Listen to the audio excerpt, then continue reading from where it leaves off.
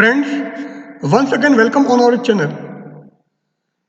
The topic which we will discuss today is single phase semi-converter. In the previous session, we have discussed about single phase full converter, now single phase semi-converter. So single phase semi-converter. Here we are showing the circuit diagram of single phase semi-converter. Since here we are using two diode and two thyristors, so this will be a semi-converter. Whereas if we use four thyristors, then this circuit will be of full converter. Here we are showing a freewheeling diode which is denoted by FD. D1 and D2 are simple PN junction diode, whereas T1 and T2 are thyristors. In load, we are using a resistance, an inductor and a battery. So here we have RLE load. This is an AC source.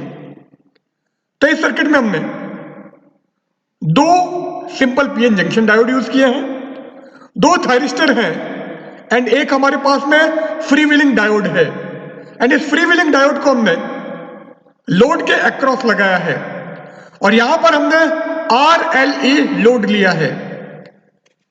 I0 is load current whereas V0 is load voltage. IFD is the current flowing through freewheeling diode. IS is source current and this is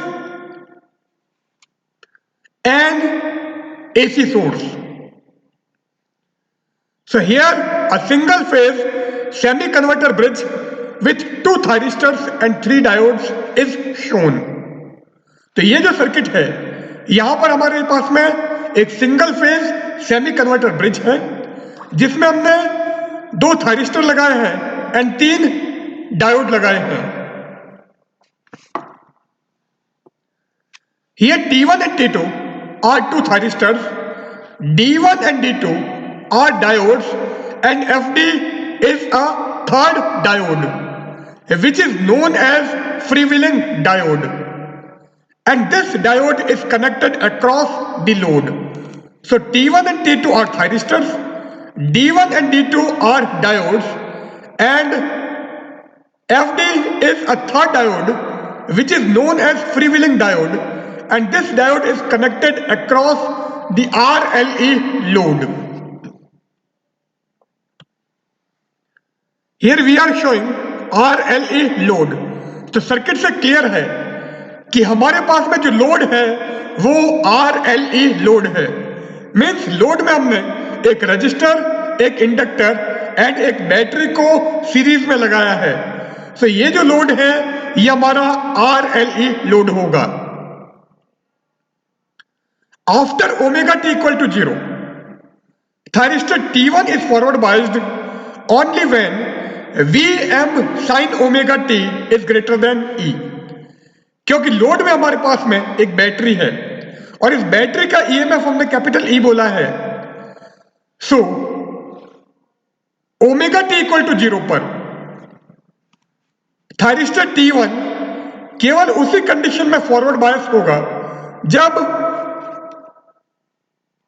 इसका जो source voltage है means Vm sin omega T है उसकी value battery E के EMF से ज्यादा हो जाए.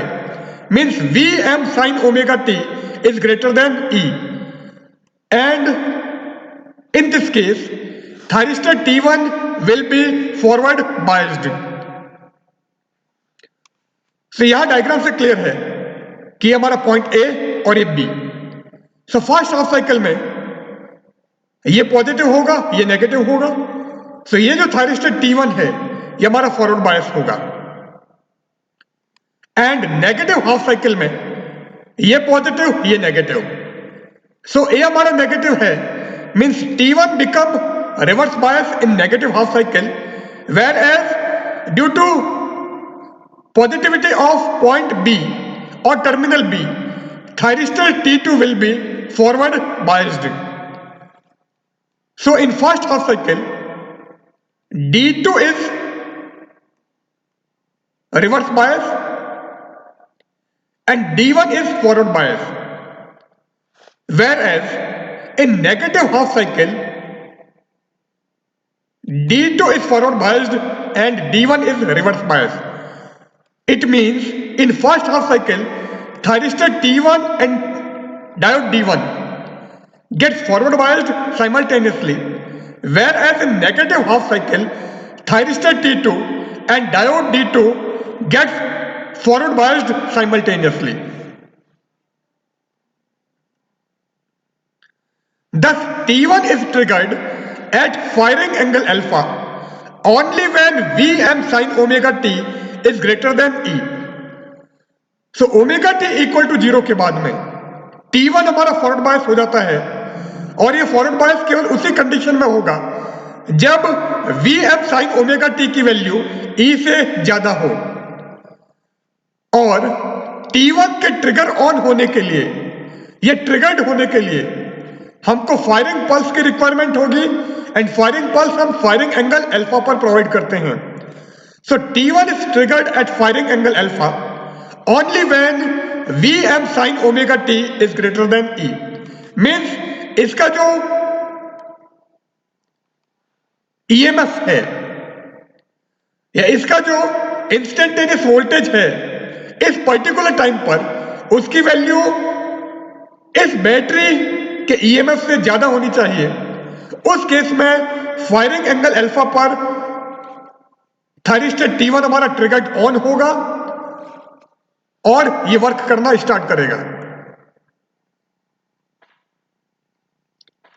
Here we are showing the wave pattern across the different points.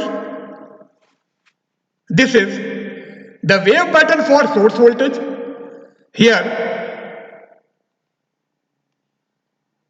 the wave pattern of output voltage. This is the wave pattern of load current or output current. Here we are showing the wave pattern of current which is flowing through freewheeling diode, that is IFD. This is the wave pattern of source current, and here we are showing the wave pattern of voltage across thyristor T1 and voltage across thyristor T2. So यहां पर clear है कि जैसे firing angle alpha हमको मिल जाता है, VAB voltage मिलना start होता है और इसकी जो पीक वैल्यू है वो हमारी Vm. और इस केस में ये जो करंट होगी, this current is due to T1 and D1 because in first half cycle T1 and D1 get forward biased, whereas in next half cycle, that is in negative half cycle, T2 and D2 gets forward biased. So in first half cycle we get the current due to T1 and D1, whereas in negative half cycle we get the current due to T2 and D2. So यहां पर हमारा T1 D1 forward bias है. So ये current हमको यहां पर IT1 मिल रही है एंड यहां पर T2 and D2 forward bias है. तो यहां पर करंट T2 के कारण मिलेगी. मीन्स इस करंट को हमने IT2 कहा है और ये वाला जो बीच में पीरियड है इस पीरियड को हमने फ्री व्हीलिंग डायोड का पीरियड कहा है. So this is the voltage due to T1, this is the voltage due to T2, voltage due to T1 and voltage due to T2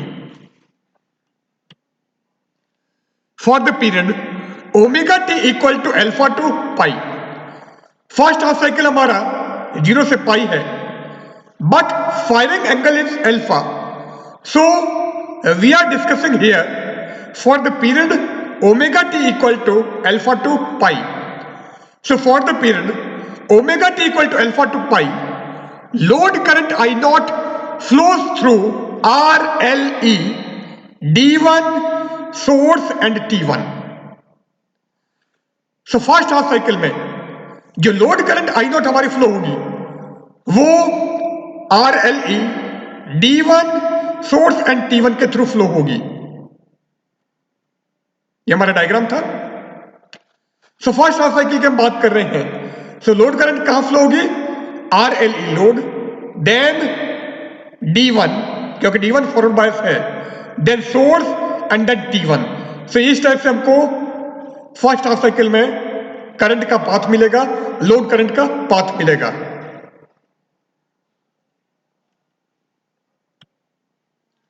after omega t equal to pi means negative half cycle की हम बात कर रहे हैं।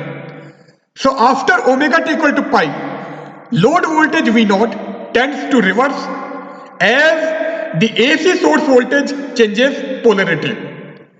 सो omega t equal to pi के बाद में AC source voltage अपनी पोलैरिटी चेंज करता है एंड इस पोलैरिटी के चेंज होने की वजह से load voltage V naught tends to reverse. So V naught हमारा रिवर्स बायस की कंडीशन में चला जाएगा या V नॉट हमारा उल्टा हो जाएगा, रिवर्स हो जाएगा, जो हमने यहां पर दिखाया है। So omega t equal to pi means ये वाली हमारा एंगल है, ये हम omega t equal to pi ले रहे हैं। सो ये हमारा रिवर्स होने लग गया है, तो ये वाला ड्यूरेशन हमको मिल रहा है मीन्स ये वाला। So at omega t equal to pi plus means pi के जस्ट बाद में। So at omega t equal to pi plus FD is forward biased and start conducting. So I naught is transferred from T1, D1 to FD. So जैसे next half cycle हमारा start होता है means omega t equal to pi plus पर free wheeling diode that is FD is forward biased, और जैसे ये forward biased होगा ये हमारा कंडक्ट होना स्टार्ट करेगा। So it starts conducting and at the same time load current I naught is transferred from T1, D1 to FD। तो इसी टाइम पर जो लोड करंट I नॉट थी हमारी वो T1, D1 से ट्रांसफर होकर फ्री व्हीलिंग डायोड को चली जाती है। मीन्स यहां पर जो करंट मिलेगी वो हमको फ्री व्हीलिंग डायोड के थ्रू मिलेगी। सो ये IFD के केस में हमने दिखा दिया है। सो ये वाला जो ड्यूरेशन है यहां पर हमारा FD फॉरवर्ड बायस हो गया है, और FD जैसे ही फॉरवर्ड बायस हुआ है I naught is transferred from T1, D1 to FD। So ये IFD हमको यहां पर मिलती है। तो ये वाला जो बीच का रीजन है यहां पर जो करंट होगी this current is due to free wheeling diode. So free wheeling diode के कारण हमको बीच वाले ड्यूरेशन में मीन्स इस ड्यूरेशन की बात कर रहे हैं हम, यहां पर हमको करंट मिलती है। As T1 is reverse biased at omega t equal to pi plus through FD, T1 is turned off at omega t equal to pi plus. So जैसे ही हमको ओमेगा टी की वैल्यू पाई से ज्यादा मिलती है सो T1 जो thyristor है वो FD के थ्रू हमारा रिवर्स बायस की कंडीशन में पहुंच जाता है, और जैसे ही T1 हमारा रिवर्स बायस होता है इट गेट्स टर्न्ड ऑफ, तो ये हमारा टर्न ऑफ हो जाएगा। It means thyristor T1 is turned off at omega t equal to pi plus. So omega t equal to pi plus पर थायरिस्टर T1 हमारा टर्न्ड ऑफ होगा। इसके कारण हमको कोई भी आउटपुट करंट नहीं मिलेगी, आउटपुट वोल्टेज नहीं मिलेगा। The load terminal are short circuited through FD, therefore V naught is 0 during pi to pi plus alpha. अब पाई से पाई प्लस अल्फा ड्यूरेशन के अंदर जो लोड टर्मिनल है वो एफडी के थ्रू शॉर्ट सर्किट हो जाएगा, क्योंकि यहां पर सर्किट में हमारा एफडी आ गया है। तो एफडी के कारण लोड टर्मिनल शॉर्ट सर्किट हो गया है, तो ये जो लोड वोल्टेज थी उसकी वैल्यू यहां पर 0 होगी। So during pi to pi plus alpha there is no load voltage, so the load voltage during this period is 0। से हमारा पाई और ये पाई प्लस अल्फा। सो जैसे पाई प्लस अल्फा आता है T2 हमारा टर्न ऑन की कंडीशन में आ जाएगा। सो यहां पर T2 के कारण करंट मिलना स्टार्ट हो जाएगी। सो यहां पर T2 के कारण हमको वोल्टेज मिलना स्टार्ट हो जाएगा, जबकि पाई से पाई प्लस अल्फा ड्यूरेशन में कोई भी लोड वोल्टेज नहीं मिलेगी। So after omega t equal to pi T2 will be forward biased only when source voltage is greater than E। Omega t equal to pi के बाद में थायरिस्टर T2 केवल उसी कंडीशन में फॉरवर्ड बायस होगा जब सोर्स वोल्टेज Vs की value load में जो हमारे पास में बैटरी है उसके EMF से ज्यादा हो। Means when Vs is greater than E then T2 will be forward biased after omega t equal to pi।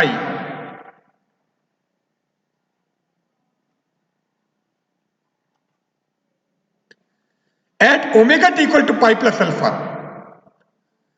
means T2 को भी फायरिंग एंगल मिल गया है या T2 को भी फायरिंग पल्स प्रोवाइड हो गई है। So at omega t equal to pi plus alpha Vs exceeds E।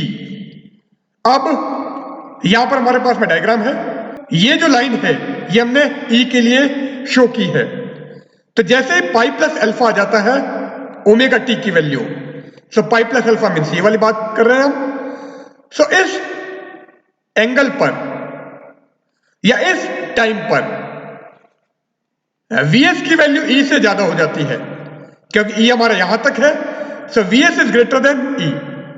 सो जैसे Vs की वैल्यू E से ज्यादा होगी T2 इज ट्रिगर्ड। T2 हमारा ट्रिगर ऑन होगा और T2 के कारण हमको output voltage and output current मिलना स्टार्ट होगी। So soon after pi plus alpha FD is reverse biased and therefore turned off. Now I naught shifts from FD to T2 D2। तो जैसे पाई plus alpha angle हमको मिलता है उस angle के just बाद में free wheeling diode reverse bias की कंडीशन में आ जाता है, और जैसे free wheeling diode reverse bias की कंडीशन में आएगा वो हमारा टर्न ऑफ हो जाएगा, वर्क करना बंद हो जाएगा।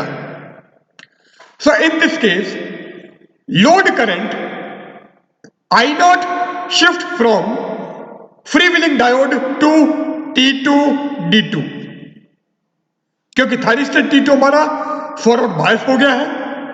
T2 omega t equal to pi के जस्ट बाद में फॉरवर्ड बायस हो जाता है, तो D2 भी हमारा फॉरवर्ड बायस है एंड T2 भी टर्न ऑन हो गया है। सो load current shift from free wheeling diode to T2 D2। It means इसके बाद में जो लोड करंट मिलेगी वो हमको T2 D2 के थ्रू मिलेगी। तो ये वाली जो लोड करंट है this is due to T2 D2। At omega t equal to 2 pi free wheeling diode is again forward biased and load current is transferred from T2 D2 to FD। अब pi plus alpha duration पर या pi plus alpha angle के just बाद में FD हमारा reverse बायस हो गया था, और FD रिवर्स बायस होने की वजह से ये हमारा टर्न ऑफ हो गया था। एंड इस कंडीशन में load current I not free wheeling diode से T2 D2 को शिफ्ट हो गई थी। अब क्या होता है, जैसे ओमेगा टी की वैल्यू 2 पाई हो जाती है। Free wheeling diode is again forward biased. So free wheeling diode वापस हमारा फॉरवर्ड बायस हो जाता है एंड इस कंडीशन में load current I naught is transferred from T2D2 to free wheeling diode. So यहां पर लोड करंट वापस T2D2 से फ्री व्हीलिंग डायोड को ट्रांसफर हो जाती है। सो पहले omega t equal to pi पर T1 D1 से करंट हमारी फ्री व्हीलिंग डायोड को ट्रांसफर हुई थी। सो पाई से पाई प्लस अल्फा टाइम तक जो करंट हमको मिलती है वो फ्री व्हीलिंग डायोड के कारण मिलती है या फ्री व्हीलिंग डायोड में से फ्लो होती है। एंड पाई प्लस अल्फा से 2 पाई टाइम तक आई नॉट फ्री व्हीलिंग डायोड से T2D2 को ट्रांसफर हो जाती है। सो जो करंट मिलेगी वो हमारे T2D2 के थ्रू मिलेगी। And at omega t equal to 2 pi FD is again forward biased and I naught is transferred from T2D2 to FD. So omega t equal to 2 पाई पर FD हमारा वापस फॉरवर्ड बायस हो जाता है and इसके कारण जो I नॉट है वो हमारा T2D2 से वापस FD को ट्रांसफर हो जाता है। The source current IS is positive from alpha to pi when T1 D1 conducts and is negative from pi plus alpha to 2 pi when T2 D2 conducts. So source current IS की बात करें so source current का graph हमने यहां पर दिखा दिया है। Source current IS is positive from alpha to पाई।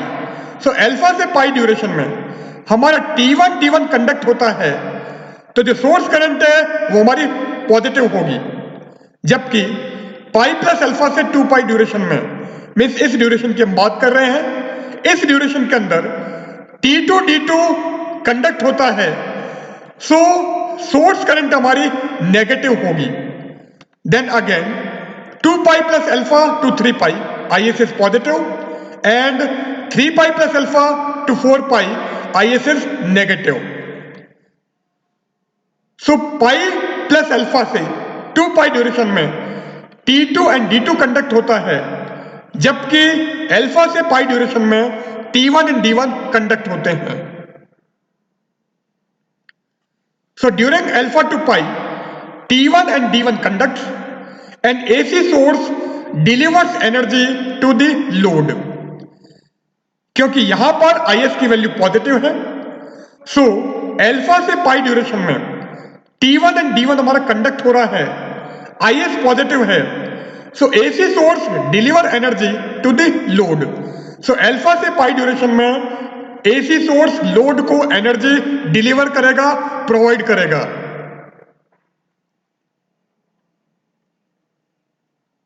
अभी हमारा सर्किट डायग्राम था। This energy is partially stored in inductor, partially stored as electric energy in load circuit EMF E and partially dissipated as heat in resistance. क्योंकि resistance कभी भी energy store नहीं करता है, जैसे इसमें से करंट पास होगी ये हमारा गर्म हो जाएगा, हीट की फॉर्म में एनर्जी को डिसिपेट करेगा। तो जो एनर्जी AC सोर्स से RLE लोड को डिलीवर हो रही थी, उस एनर्जी का कुछ पोर्शन इंडक्टर L स्टोर करता है, कुछ पोर्शन लोड सर्किट EMF में एनर्जी स्टोर होती है एंड कुछ पोर्शन इस रजिस्टर के थ्रू हीट की फॉर्म में डिसिपेट होती है, वेस्ट होती है, ऊष्मा का क्षय होता है। During pi to pi plus alpha, energy stored in L is recovered and partially dissipated in resistor and partially added to the energy stored in load EMF E. So pipe से pipe plus alpha duration में जो inductor में L energy store की थी वो energy वापस वो recover करता है and some portion of energy is dissipated as heat through resistor and partially during this period energy is stored in load EMF E. During this period, which period? Pi to pi plus alpha. So during this period no energy is fed back to the source. सो पाई से पाई plus alpha duration में energy का कोई भी portion वापस source को provide नहीं होता है. सो अल्फा से पाई ड्यूरेशन में some energy is stored through inductor, partially energy is stored as load circuit EMF E and partially dissipated as heat in register. Also during pi to pi plus alpha some energy is dissipated as heat through resistor. और यहां पर energy कहां से मिल रही है? ये जो energy L ने स्टोर की थी ये वापस अपने रिकवर करता है. सो ये जो एनर्जी का रिकवर पोर्शन है उसका कुछ पोर्शन यहां पर डिसिपेट हो जाता है एंड कुछ पोर्शन यहां पर ऐड हो जाता है, पर कोई भी एनर्जी इस ड्यूरेशन में वापस सोर्स को प्रोवाइड नहीं होती है. So no energy is fed back to the source during pi to pi plus alpha. Now average output voltage is V naught equal to 1 upon pi integration alpha to pi Vm sin omega t d omega t and sin omega t का integration minus cos omega t. So Vm upon pi minus cos omega t and limit of integration alpha to pi. Now due to this negative sine we use this limit first and then this limit. So Vm upon pi cos alpha minus cos pi and cos pi is negative 1, so minus of minus 1 will be positive 1. So average output voltage will be Vm upon pi 1 plus cos alpha. So this will be average output voltage of single phase semi converter. The circuit turn off time of this converter is pi minus alpha upon omega.